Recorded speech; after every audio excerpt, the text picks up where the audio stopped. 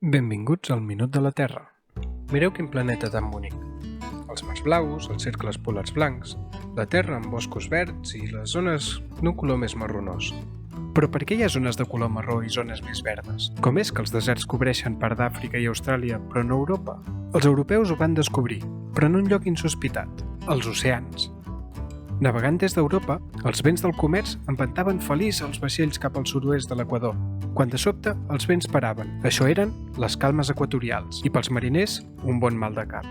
També era un mal de cap per científics com Galileo, Kepler i Halley, que plantejaven les seves teories de per què el vent anava cap al sud-oest. Seguia el vent d'alguna manera el sol del matí a la nit, o és que li costava seguir el ritme de la Terra? El 1735, a George Hadley, un advocat de Londres i meteoròleg amateur, se li va ocórrer una brillant idea que finalment va explicar no només els vents de l'oceà, sinó també per què la Terra té selves tropicals a l'Equador i deserts just al nord i sud d'aquest. Va concloure que com que el sol escalfa més l'Equador, l'aire del nord i sud ha de ser més fred, i per tant, més dens. Tal com l'aire fred entra per les portes obertes a l'hivern, l'aire del nord i el sud de l'Equador es mou en direcció a l'aire calent del centre, portant amb ell els mariners. Allà, a les calmes equatorials, l'aire no deixa de moure's, només va cap amunt.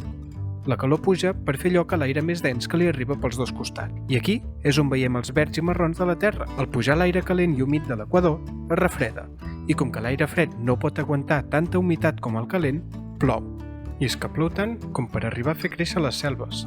Després de pujar 17 quilòmetres, l'aire ascendent arriba a l'estratosfera, que, com si es tractés d'un teulat, escampa i separa l'aire calent, fent anar una part al nord i una al sud. Mentre s'allunya de l'Equador, va perdent humitat en forma de pluja, tornant-se més dens i fresc, fins que al final, sec, s'enfonsa, creant les zones àrides on trobem els deserts més grans.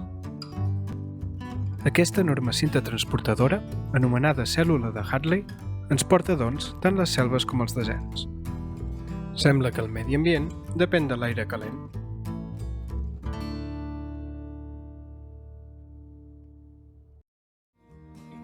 M'agrada. Em subscric. Comparteixo.